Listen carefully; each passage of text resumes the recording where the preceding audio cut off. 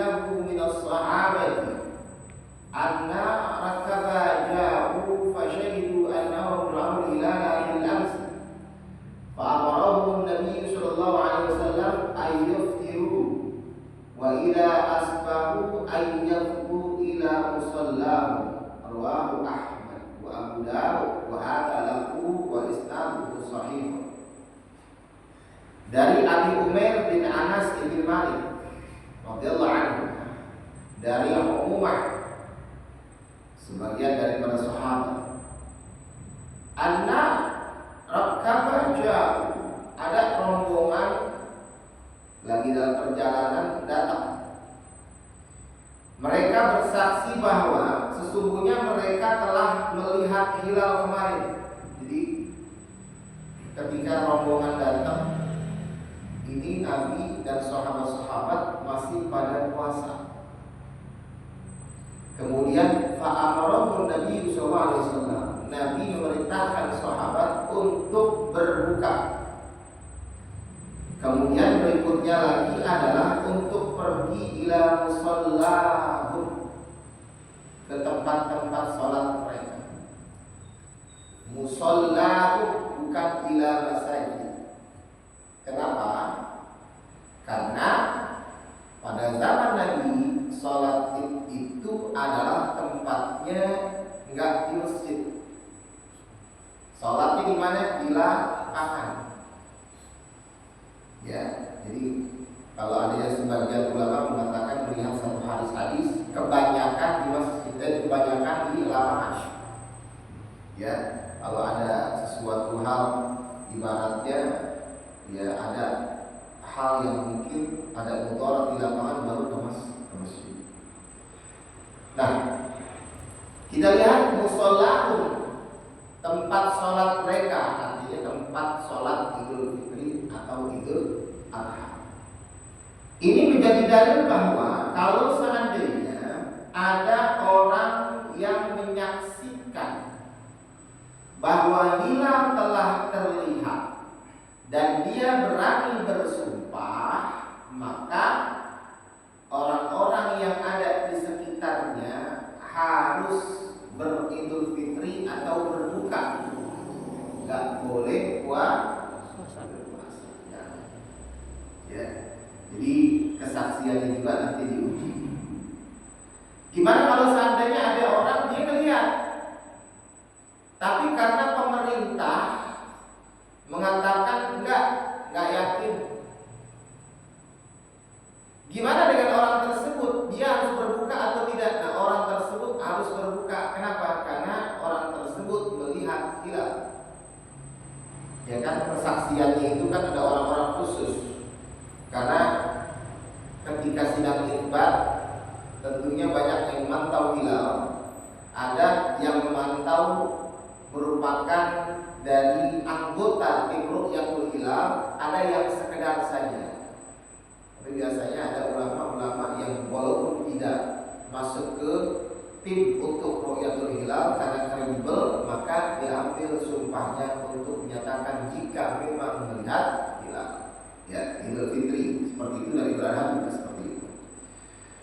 Wa an Anas radhiyallahu anhu qala kana Rasulullah sallallahu alaihi wasallam la yaghdu yawm al-fitri hatta ya'kula tamaratin, akhrajahu al-Bukhari wa fi riwayati mu'allaqah wa wasfaha Ahmad wa yaquluna afrada. Dari Anas bin Malik radhiyallahu anhu, adalah Rasulullah sallallahu alaihi wasallam, beliau tidak pergi salat Idul Fitri melainkan beliau makan beberapa kurma. Hadis riwayat Imam Bukhari. Dan riwayat yang lain dikatakan ya'kuluna afradan, ya'kuluna afradan. Jadi kurma tersebut dimakannya satu-satu. Kalau kita kan Idul Fitri kan makannya apa? Betul. Kalau ikutin sunnahnya Nabi, sebelum Idul Fitri makannya kurma aja. Kalau makannya sayur lontong takut kekenyangan. Ya kan? Boleh begitu waktunya sempit. Kurma kan masih ada. kalau misalkan kita puasa kurma, udah makan aja kurma. Kalau sudah berbicara mengenai beberapa, ya, tamaratin, biasa Nabi mengambil kurma itu minimal 3 diambil. Karena tamaratin itu berarti bentuknya adalah jamak taksir, yang jamak itu dalam bahasa Arab minimal adalah 3. Ya, jadi 3 makannya satu-satu. Itu ngambil sunnahnya Nabi kalau kita mau beridul fitri sholat. Wa Ibni Buraidah an Abi radhiyallahu anhu qala kana Rasulullah sallallahu alaihi wasallam la yakhruju yaumal fitri hatta yat'ama wa la yat'ama yaumal adha hatta yusalliya. Rawa Baihaqi wa zada kana idza raja'a kalamin kabdi udhiyati. Dari Ibni Buraidah, dari bapaknya Ibni Buraidah radhiyallahu anhu berkata, Ibni Buraidah bersabda Rasulullah SAW adalah Rasulullah. Beliau tidak keluar pada sholat Idul Fitri untuk sholat Idul Fitri hatta yat'am, sehingga beliau makan. Yat'am ya, bukan yashrab, makan. Ya, makannya jelas yang kecil-kecil namanya. Wala yat'amu yaumal adha. Beliau tidak makan pada sholat Idul Adha sehingga beliau sholat terlebih dahulu. Gimana kalau seandainya Idul Adha, sebelum Idul Adha kita minum?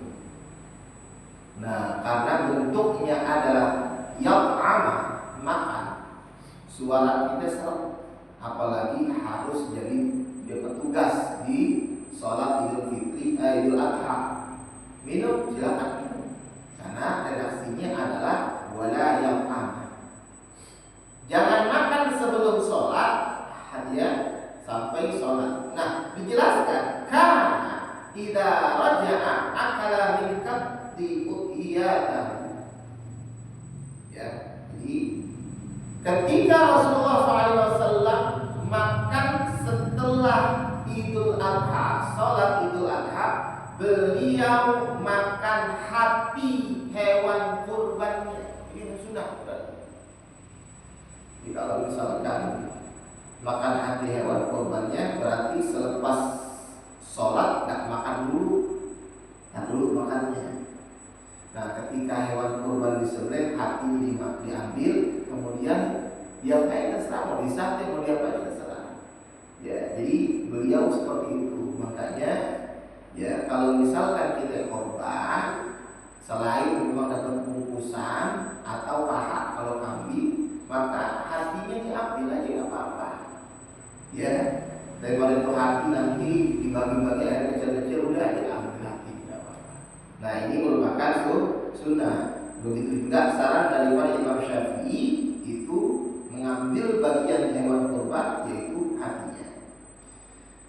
Kemudian wa'an Ummi Atiyah radhiyallahu anha qalat umirna an nakhruja al-awatiq wal hayd fil idain yashhadna al-khaira wa da'watal muslimina ya'tazilul hayd al-musalliya muttafaqun alaih. Dari Ummi Atiyah radhiyallahu anha berkata Ummi Atiyah, kami diperintah untuk menyuruh keluar al-awatiq. Apa itu al-awatiq? Al-fatayat al-abkar al-balighat wal muqarribat al-bulugh. Jadi Ummi Atiyah ini seorang ibu diberintah sama Nabi supaya awatiq itu keluar. Apa itu awatiq? Yaitu remaja-remaja yang masih muda yang udah baligh atau mendekati baligh disuruh keluar. Makna disuruh keluar itu adalah ikutin sholat Idul Fitri atau Idul Adha. Maka Makanya nggak kayak sholat Jumat, Idul Fitri, Idul Adha perempuan ikut. Ya, di mana misalkan perempuan ikut. Ya.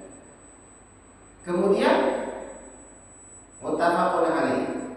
Al-balighat wal mukharibatil bulugh, atau orang-orang yang mendekati balik. Tetapi dengan syarat bahwa perempuan tersebut tidak menjadi fitnah jika keluar, dan perempuan tersebut ya bukanlah orang yang tidak diperbolehkan keluar. Karena ada kan perempuan yang tidak diperbolehkan keluar, ada secara syariat. Siapa itu? Di antaranya adalah perempuan yang meninggal suaminya. Ya, dalam Al-Quran arba'ata ashhuri wa asyra, 4 bulan 10 hari. Jadi jangan keluar. Tapi kalau misalkan memang kebutuhan mendesak silakan saja, tapi jangan sampai berhias.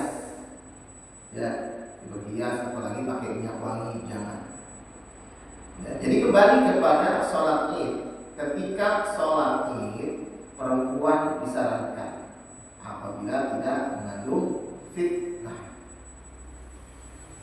Gimana kalau seandainya sholat dilaksanakan di masjid atau musola? Kan kadang ada orang berargumen sunnahnya itu sholat bukan di masjid atau musola, sunnahnya itu di lapangan. Bicaranya apakah benar kalimat seperti itu? Sejarah mencatat bahwa Nabi sholat di lapangan. Nah, sholatnya Nabi di lapangan itu pertama kita lihat kenapa Nabi sholat di lapangan, nggak di masjid. Ternyata hikmahnya adalah sholat di lapangan biar orang-orang kafir, orang-orang yang memusuhi umat Islam merasa gentar dengan banyaknya umat Islam yang berbondong-bondong ada di lapangan. Jadi setidaknya musuh takut, orang kafir yang mencoba macam-macam takut. Jadi hikmahnya seperti itu. Dan pada zaman Nabi lapangan itu banyak. Sekarang kita lihat di sini lapangan banyak apa dikit? Dikit. Roket aja dikit lagi nggak tahu jadi perkara. Katanya mau diambil puskesmas, RSUD diambil. Sampai warganya itu dia protes. Itu anak tahu dikit lapangan gimana? Oke doang bukan? Ya. Jadi zaman Nabi lapangan banyak, sekarang lapangan dikit. Dulu ada di Jenderal Urip, sekarang Jenderal Urip jadi apa? Bangunan. Iya kan? Jadi lapangan. Terus gimana kalau di jalanan? Nah, jangan bicara sholat di jalanan itu merupakan sunnah. Kenapa? Nabi nggak pernah yang namanya sholat di jalanan. Sholatnya di lapangan. Kalau udah bicaranya sholatnya sunnah itu jangan. Boleh nggak? Boleh. Jadi jangan bicaranya sunnahnya di jalanan. Enggak. Ya, jadi jangan bicara sunnah kalau memang dalilnya itu kurang tepat. Nah, justru sebenarnya kalau kita berbicara mengenai aspek manfaat, sebenarnya lebih bermanfaat sholat di masjid, di musola sekitar kita. Itu lebih bermanfaat, bukannya itu tidak bermanfaat, tapi bermanfaat. Kenapa? Karena tentunya Idul Fitri contohnya, ketika kita sholat di lingkungan kita, ketemu sama teman-teman, ketemu dengan tetangga-tetangga, tentunya langsung bisa bermaaf-maafan, bersalam-salaman. Kalau sholat jauh, pakai sorban segala macam, jauh di mana? Di Pala. Nggak tahu ini hujan, dan balik lagi. Hujan, soalnya tidak hujan. Gimana kalau saat hujan-hujanan kita pulang apa terus sholat? Hah? Pulang. Ya, kenapa? Karena memang kalau seandainya emang sholat itu ternyata bisa menjadi kita ini meriang, faktor sholat pulang. Biarin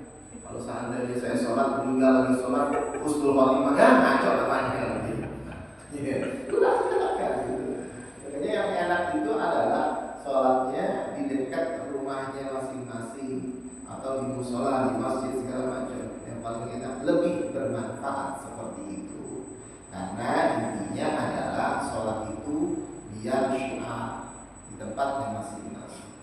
Pertanyaannya lagi, gimana kalau orang seandainya sholat terus habis sholat pulang? Ada kan itu? Ada kan? Nah di sini tidak dijaga misalnya dalam hadis dari Abdullah bin Umar radhiyallahu anhu kan Rasulullah wa Abu Bakr wa Umar yusalluna al-idaini qabla al-khutbah. Nabi sholat Id ya, dan Abu Bakar, Umar sholat Id itu sebelum khutbah. Sebelum khutbah sholat, habis sholat Id langsung khutbah. Orang yang memang kagak mau dengerin khutbah, apakah sholatnya diterima? Tanya ini. Nah, dibahas oleh Al-Maghfurah Al-Habib Alwi Al-Maliki, ayahanda daripada Al-Maghfurah Al-Habib Muhammad bin Al-Maliki ya. Beliau menegaskan dalam kitab yang beliau tulis bahwa ketika seseorang tidak mengikuti khutbah, maka sholat idnya itu sah. Namun tentunya tidak mendapat kesempurnaan. Ya, kesempurnaan. Kenapa? Karena memang Nabi Muhammad SAW setelah sholat id beliau berkhutbah. Untungnya beliau nggak mengatakan yang pulang itu dosa. Untuk begitu. Kenapa? Beliau itu memahami bahwa ada orang-orang yang memang terutama perempuan yang nggak biasa duduk.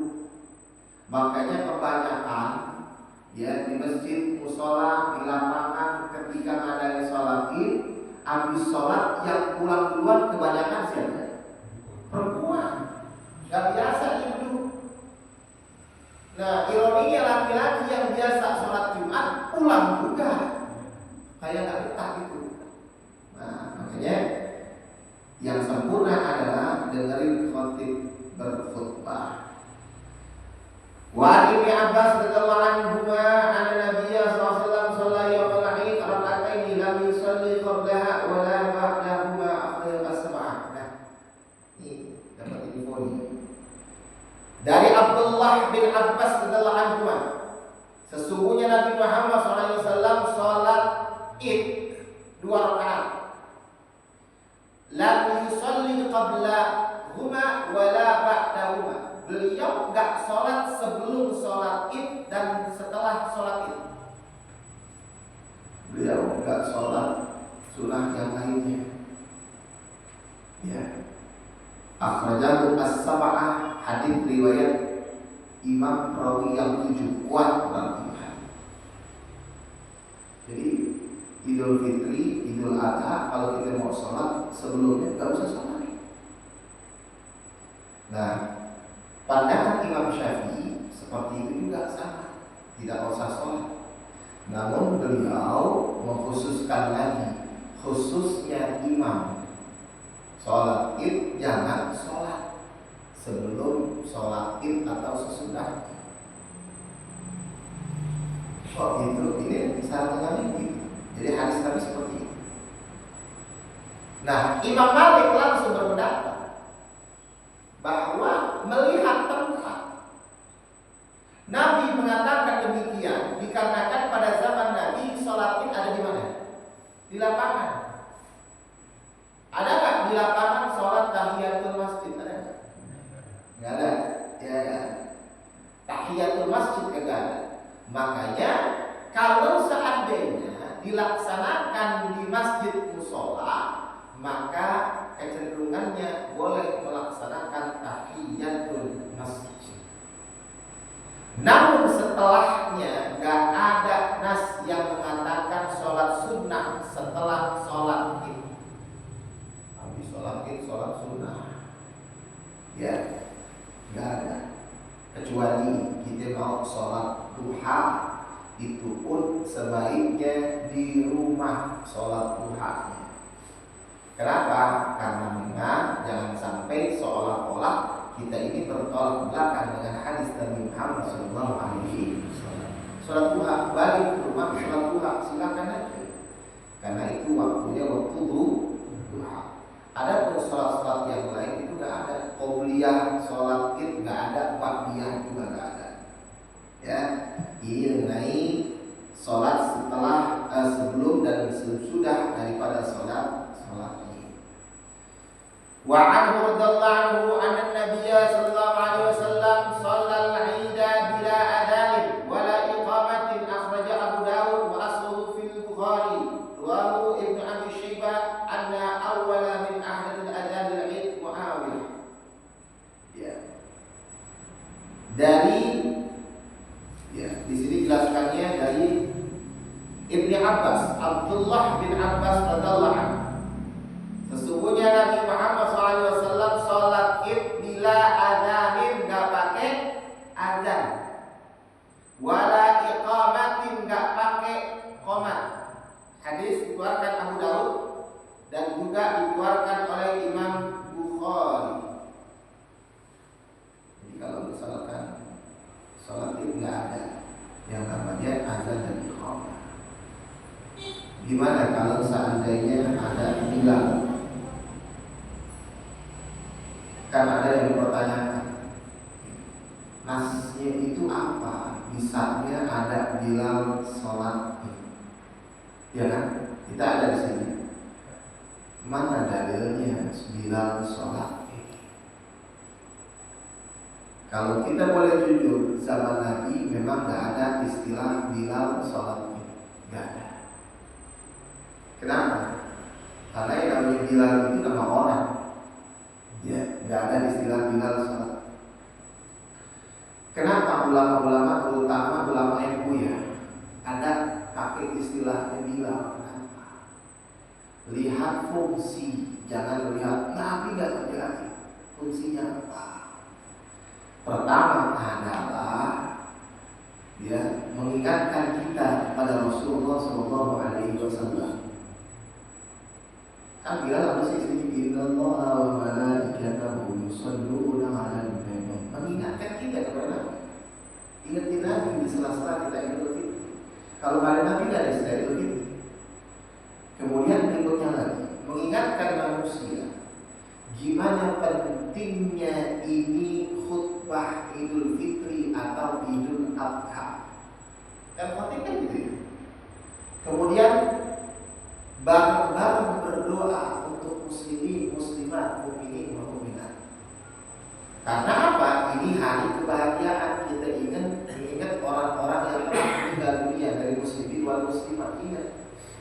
Jadi melihat fungsi, jangan melihat Nabi nggak ada, zaman Nabi nggak ada, maka nggak boleh diadain.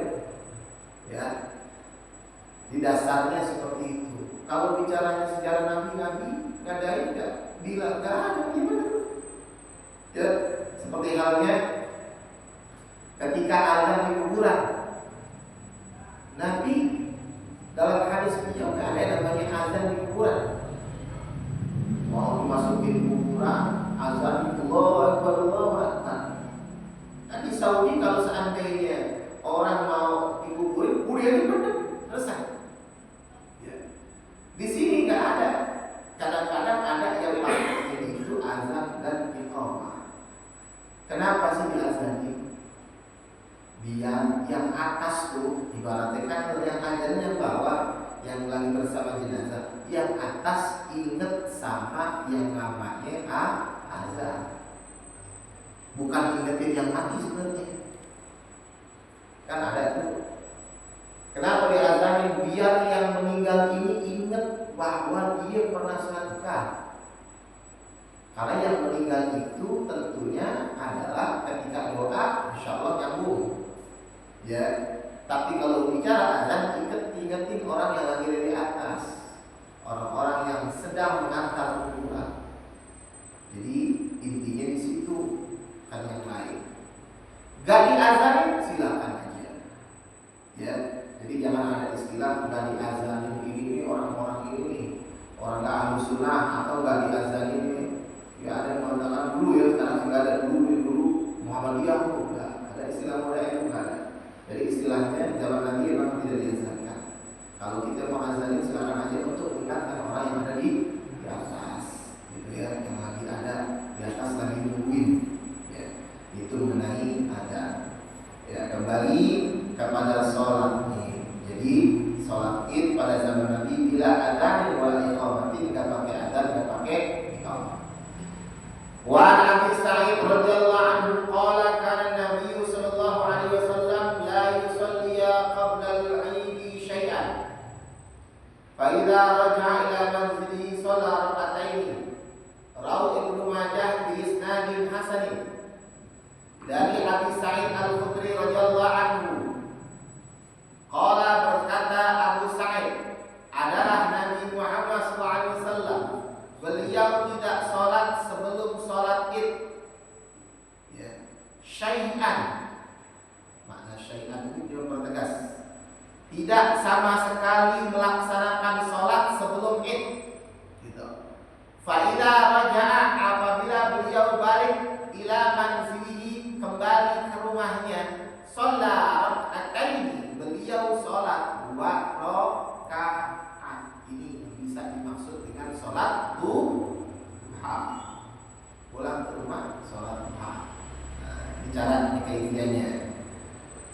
Kemudian wa qala kana Nabi SAW yakhruju yaumal fitri wal adha ila al-musalla wa awwalu syai'in yabda'u bihi as-salatu thumma yansarifu fayaqumu muqabilan nasi wan nasu ala sufufihim fa'idhuhum ya'muruhum, muttafaqun alaihi.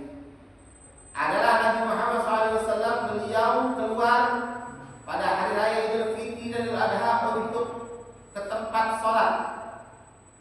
Wa awwalu syai'in yabda'u bihi sholat, pertama kali yang dilakukan adalah sholat. Artinya sholat Idul Fitri, Idul Adha.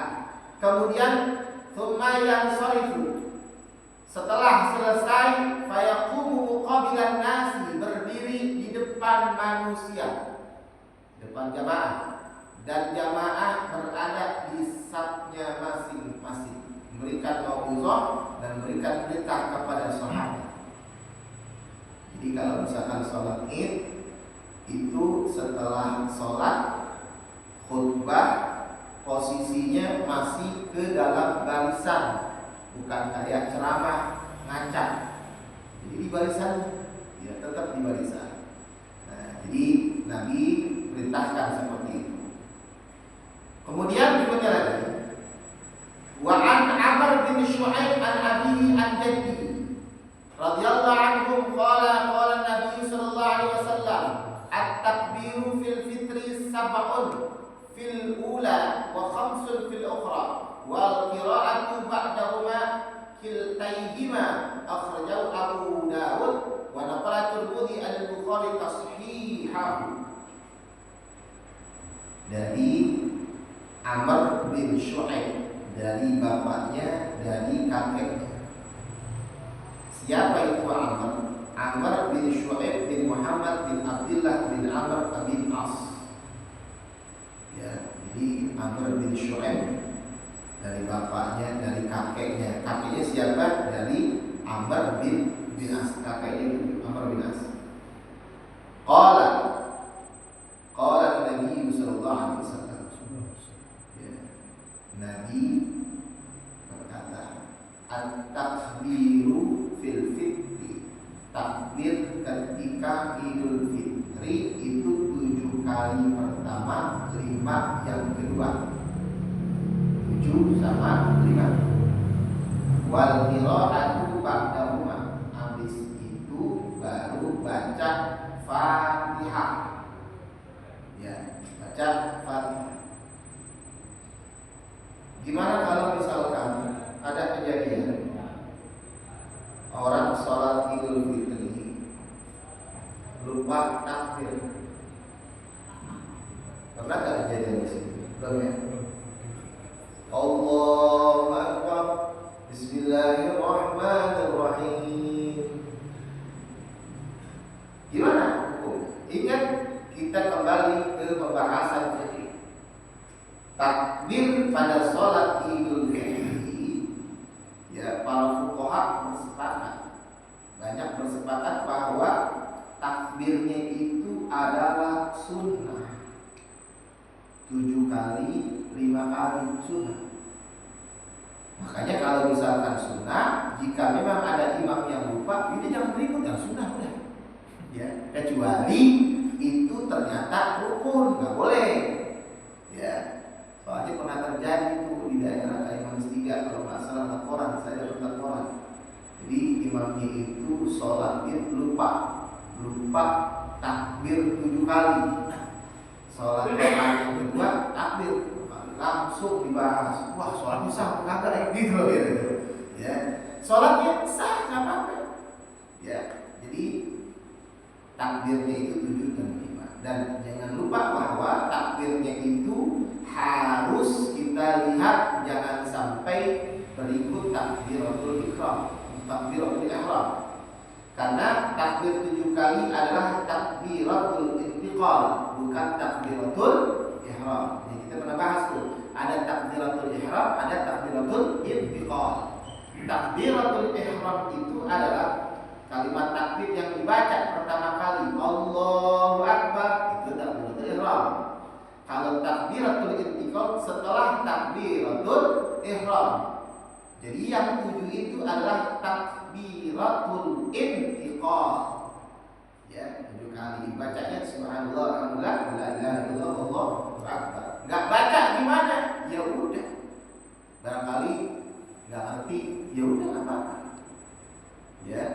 Atau misalkan ada orang agak hafal, subhanallah, alhamdulillah, la ilaha illallah, enggak hafal, ya udah. Yang namanya enggak hafal. Ya. Jadi ini mengenai kaifiyahnya. Kemudian berikutnya lagi, wa an Abi Waqid al-Lubhi radhiyallahu anhu qala kana Nabi sallallahu alaihi wasallam yaqra'u fil fitri wal adha. Ya. Waqtarabat akhrajahu Muslim. Ini surat Qaf, ya. Surat Qaf dan waqtarabat as-sa'atu wal shaqqal qamar. Jadi surat-surat khusus dibaca. Kalau seandainya sholatnya agak panjang kan ya capek ya, makanya sholat yang pendek-pendek, surat pendek silakan saja, nggak apa-apa. Ya. Kemudian wa an Jabir radhiyallahu anhu qala kana Rasulullah sallallahu alaihi wasallam idza kana yaumul 'id khalafa at-tariq, akhrajahu al-Bukhari. Adalah Nabi Muhammad SAW apabila datang hari Id, khalafat tariq. Khalafa itu artinya adalah yang menyelingi atau bersilangan dengan yang namanya jalan. Maknanya di sini adalah beliau senantiasa menggunakan lapangan. Ya, mengatakan demikian. Kemudian beliau senantiasa menjadikan ketika berjalan itu selalu bersalaman jika memang ada orang-orang yang memang menghampiri beliau. Khalafat tariq. Ya. Akhrajahu al-Bukhari. Kemudian wajah Nabi Daud an Ibnu Umar nahwu. Ya, lahu an-nabi akhadha yawmal id fi tariqi thumma raja'a fi tariqin ukhra. Maknanya adalah Nabi Muhammad sallallahu alaihi wasallam senantiasa ada di jalan kemudian sampai ke jalan lain, tentunya adalah menyinggahi daripada orang-orang di sekelilingnya. Makanya ada istilah sholat id, kita menyambangi orang-orang ke sini ya, seperti itu. Itu adalah Nabi. Kemudian wa an Anas radhiyallahu anhu qala qadima Rasulullah al-Madinah wa lahum yawmani yal'abuna fihima fa qala qad abdalakumullahu bihima khairan minhum yawmal adha yawmal fitri. Akhrajahu Abu Dawud dan Nasai di Sahih.